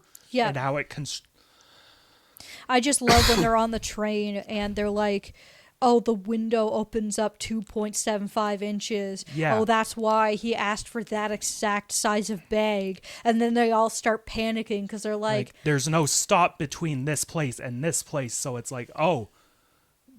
shit, what do we do? It's we really aren't going to have a choice but to actually give up this money to keep things going. And that's one of the things I really like about the film, is that the villain is intelligent.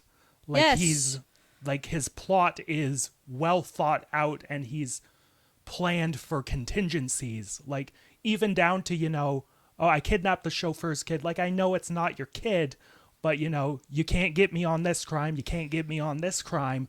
So like the best you're gonna do is this, and like the cops realize like, oh shit, like, we can't get him on this, we can't get him on this. Best we can do is put him in jail for like 5 years. So Yeah. like we need to get him on something. And then Like- they get him on overdosing and killing Yeah. people, Yes, and which is like, yeah, and like and again the way the cops handle all that situation is very interesting. Like I love the way the cops use the journalists to their advantage, because they're purposefully withholding information from them, and they're asking them, don't print this, because like if you print this, Buddy's oh my gonna gosh, bug out. the journalists and coppers actually working together?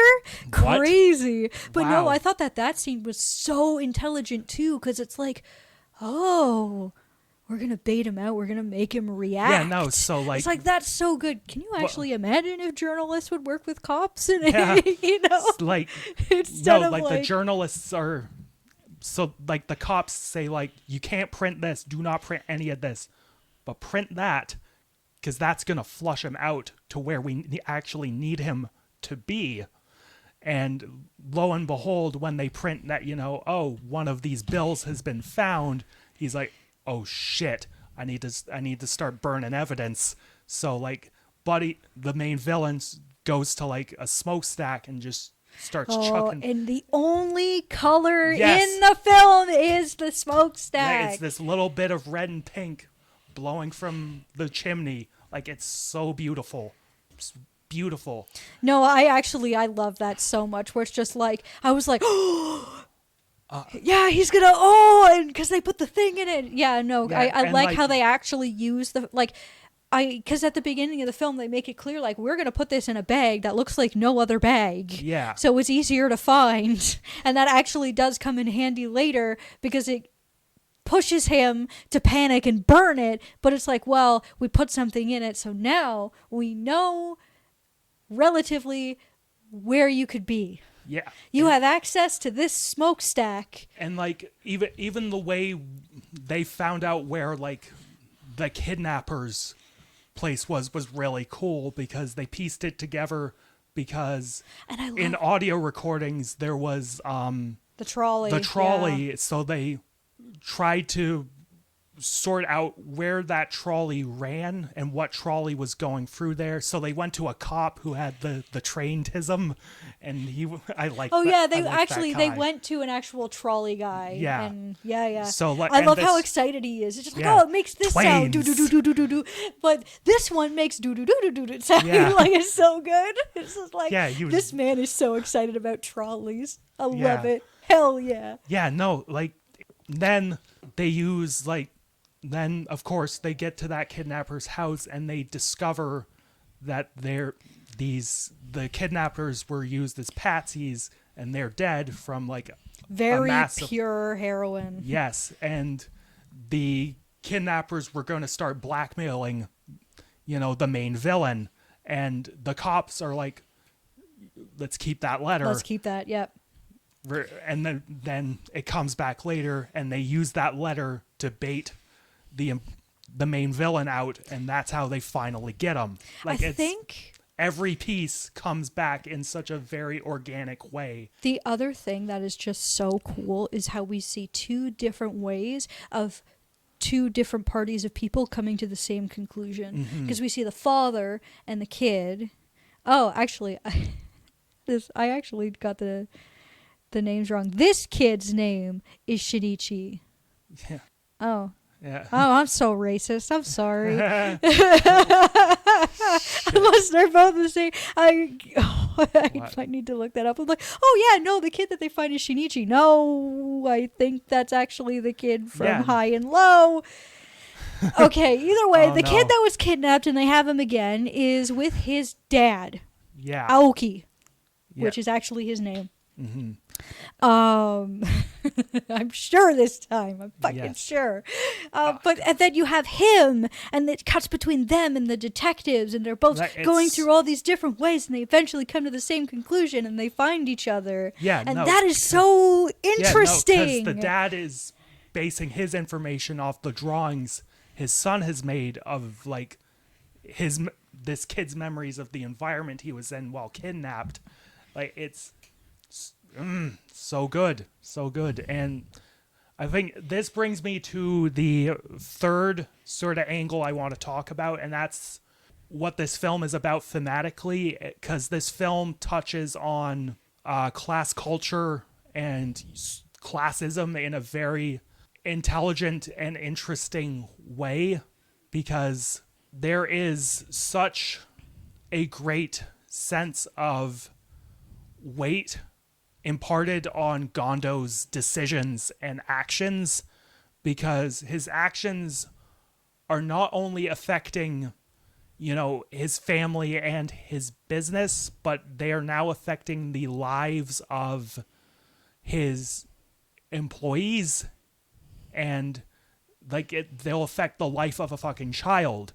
And like it's so interesting, like, you know, in any other movie, like, you know, Gondo would be like the morally would make like the morally good character and be like, yo, I've got to give him the money, I've got to treat my employees right. But no, in this film, Gondo is like genuinely conflicted on whether or not to give this kidnapper the money, because if he gives the kidnapper the money, like he's shit out of luck financially, like he's gonna be out of a job, like everything he owns is put up as collateral, so he's gonna lose his home.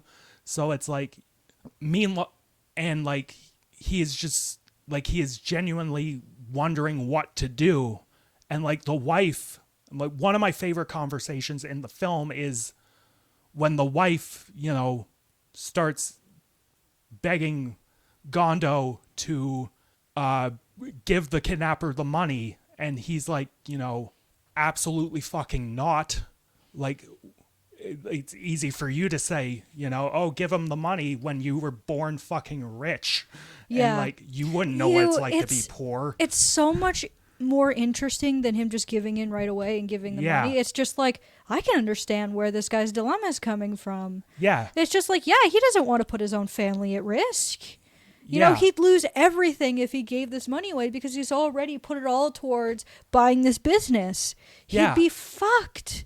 Yeah, no, and like on some level you get like, you know, why he would be so, you know, cross with his wife in that regard, because it's like you don't understand the amount of money we are dealing with, like, because you're, like he says, that's a lot of money. You were born rich.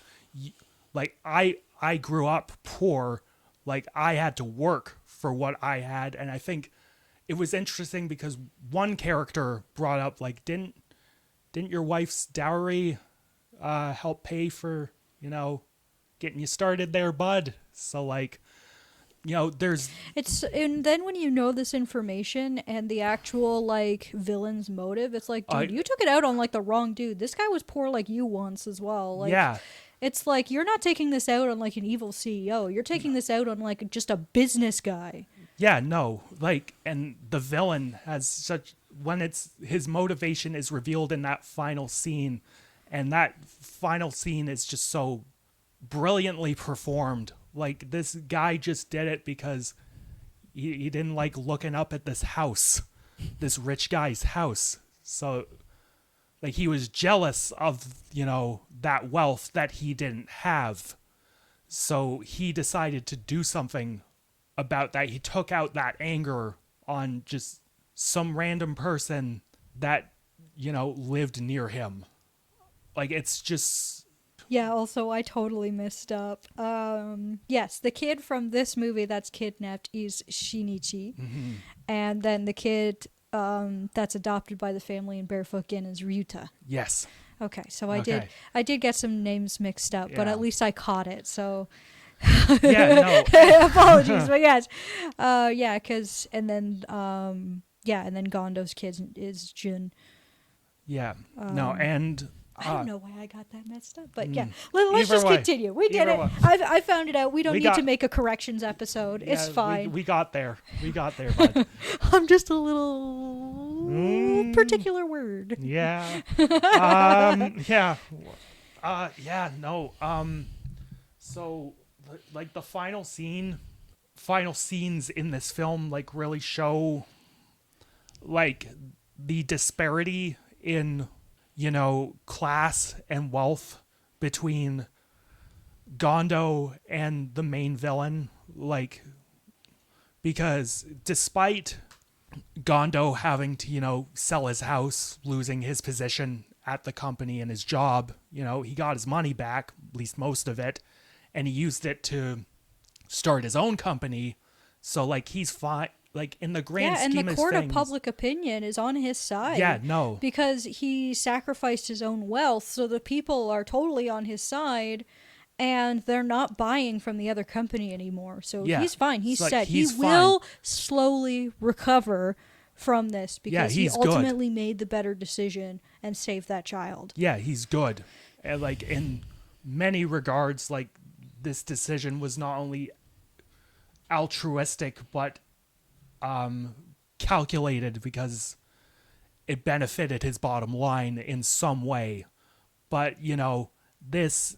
But of course, at first he didn't see it that way because he No. was like, no, I'm not putting my family at risk. So it feels like it is a genuine conclusion where he finally decided to actually give the money up because it's the right thing to do for... and then there's, the main villain who, like, he was a medical intern, probably didn't make that much money, lived in, small little dingy apartment, and he was just jealous of the rich guy up on the hill, and now he's on death row, about to get hung, and, like, during that scene, he is just on some, like, high-grade fucking copium. Like, he just refuses to accept that, oh, I fucked up, I'm gonna die. So, like, oh no, I'm not scared that I'm gonna get hung. I actually won in the end. Yeah. Yeah. Yeah, No, I'm not- excited for the prospect of us watching more of this guy's films. Oh yeah, no, Wholeheartedly. This one was... yeah, no, and just well like done. you mentioned, the acting in this film, fucking fantastic. Let me just pull up some things so I can start name dropping some absolute legends. There is just something about, like, Japanese acting, man. Especially their voice acting. It's like, Yeah. God damn! Like, holy shit! Yeah, no, so like the Gondo, our main man, is portrayed by Toshiro Mifune, like a legend in Japanese cinema. Oh, hell yeah. He's worked with Kurosawa a ton. Apparently though, they had a falling out and like they stopped being friends after the 80s. Oh, So that's unfortunate. yeah, there's not much information on what caused the falling out, but either way, shame, because this guy is just so good in this role. Like, he's so commanding, like, and he portrays that conflict like in such a realistic and subtle manner. Yeah. And another performance I liked is Tatsuya Nakadai. He plays the main inspector, Tagawa. Oh, And he's yes. like so chill throughout all of so this. professional. Yeah. Very intelligent. Yeah. I mean, very patient also with the people that he, Yes. like, just the citizens that he's working with. Absolutely. Because he's just like whenever he talks to Gondo, he's just like, okay, yeah, do this. Keep him as long as possible. Like, he's not Yeah, no. awful or mean or anything. He's just like, nope, clear instructions, do this. Yeah, absolutely. Let's see. One performance I thought that was quite, compared to the others, would seem underrated. Kyoko Kagawa played Gondo's wife, and like every scene she had with Gondo and like during that first hour was just really well performed. Oh, yeah. Like you could see how like stressed and pained this woman was because a child's life was on the line, especially when she thought it was her kid. Like it's But even then, it didn't change. Even if Yeah, it was someone else's she- kid, she's still like, no, no, no, no, this still sucks. You should give the money to yes, save this kid. it's so well performed. Like and the main villain as well, especially in that ending scene, was just so just great acting, brilliant direction, brilliant just brilliant everything. Akira Kurosawa is for sure one of the GOATs. I can't wait to watch more of his movies. This is probably one of his best ones. If you haven't seen it, you should fucking see it. Masterpiece. Like, actually, I won't say masterpiece because I think my only real issue with the film, and it's pretty much just a nitpick, is that this film kind of has a case of first half, best half syndrome, because that entire first half, like in the house, on the train, them getting back the kid, like, and that point is when the music starts becoming a more prominent part of the film. That first bit before the kid is rescued, fucking brilliant. Everything about that. I thought the whole movie was going to be in the And- house. Yeah, right? Yeah, no, like you thought the whole thing was going to be in the house, and then the kid gets rescued, and you realize, oh, the cops are actually going to go after this kidnapper, and then we get this whole, like, police procedural, like, of them figuring out, like, where this kidnapper is, like, what he does, and, like, what his motivations are. Like, it's so good. Like, that whole section is wonderful, but it's not as good as that whole bit in the house. Like, but either way, everything in this film is fantastic. Like, just everything I want to see out of filmmaking. Like, purposeful choices. Like, it's entertaining story. Like, I love it. I love it. I love it. 10 out of 10. Yeah, no, I think I thought both halves were pretty great. I didn't sort of see one as like first half better half sort of situation. So no, I'd say it's a 10 out of 10. Everything is so intentional. And it's like I don't watch a lot of mystery, but this was really nice. It felt like I could be engaged and like make my own Yeah. predictions and get in the heads of like Yeah. the detectives. So it felt almost like a bit interactive as a film in a sense. But no, I'm very excited to see more. Yeah, absolutely. Also, this film is based on a novel. Oh, it is, yeah. Surprisingly, by an American author. So, Oh, that's cool. yeah, no. And that particular book, King's Ransom, is part of this big series Oh, that's why his the name author is did. his first name is actually Kingo. Yeah. Yeah, no. Like, yeah, fucking banger of a movie to end this episode on. And yeah, that's wraps up everything for this episode. And a nice little bow. Yeah. Oh, fuck. Been, even if we're not talking for like super long, it still wears on the throat. It does, doesn't it? Yeah. Anyways, yeah, that's the end of this episode. Now on to the next episode, and it's my pick now. And we're going to be moving away from Japan. Coming back home. And we're back home. Yep, we're coming back home. We're going to be celebrating Canada Day by looking at the cinema of our home country, the Great White North, the true North, strong and free. It's an episode devoted to Canada. And my pick for this film, I had options. I could have picked, a fruity fucking art film to talk about, and I had one in mind. Like, I legitimately did. Don't. Yeah, I'm lucky for you. I didn't pick that because Oh my god. I felt we needed a break from that. So I will be picking a film entitled Strange Brew, directed by Rick Moranis and Dave Thomas, Oh, fuck yeah. aka Bob and Doug McKenzie. Let's fucking go. I haven't seen that in so fucking long. It's one of my dad's favorite movies, I Okay. think. Yeah. Okay, so this is gonna be a first watch for me. So Nice. I mean, it's been so long I can't remember. All I remember is I think like their dad was voiced by the same guy who did like Yosemite Sam, and he does that voice nice. in the film. Yeah, no. So that Strange Brew, that's my pick. Kara, what have you got for me?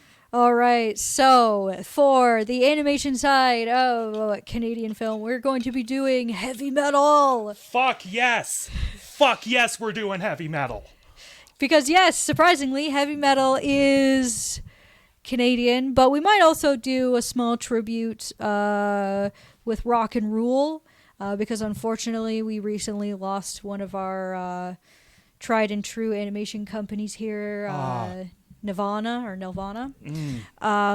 Before they started doing a lot of kids cartoons, they actually had a film called Rock and Roll, which was inspired by heavy metal. But I'm excited to talk about heavy metal. I haven't seen it yet. I think it's really cool that that's Canadian. And then of course probably do a nice little tribute to our losing Nelvana there, which Yeah. is such a shame because they made some classics. We'll definitely go over the list of things that they animated because you'd probably be surprised of like all of the good stuff that they did. But yeah, before they like hunkered down and made kid shows, they made a heavy metal inspired animated film. So I think it's a nice little package there. So one of our runner-ups will do Nice. that, and then we are talking about fucking heavy metal. Yes. Let's go. Fuck yes. Fuck yes. So yeah, if you are words. So yeah, if you want to check out this episode, come prepared for our discussion of Strange Brew and heavy metal. Fucking like Canadian shit is just like so weird or really funny. Like there's no in between. Yeah, no. So yeah, as always, these episodes come out once a month at the end of every month, unless it's a holiday. So for example, our episode about Canadian movies is going to be out July 1st, Canada Day. So yeah, like I said, but normally once a month, every month. Check us out on social media. Check out our individual social medias. Check us out on YouTube, Apple Podcasts, Spotify, all that good stuff. I'm so excited to talk about heavy metal. Fuck yes. Yes, absolutely. I'm excited to see it. And I'm excited to talk about some Canadian films because, man, there's just something about Canadian films where you're like, yep, that's fucking Canadian. And it's like, I feel like this sort of idea not only popped up because of Canada Day, but also because like Nirvana, the band, the show, the movie was just so fucking good. And I'm like, yeah, we've made other good movies. Yes. We should talk about those. Yep. And so, for everyone here, I'm Phoenix. I'm Kara. And, try not to live on a nice house on the hill because the person down the street might try to kidnap your kid. And have a happy Barefoot Gen. See you later.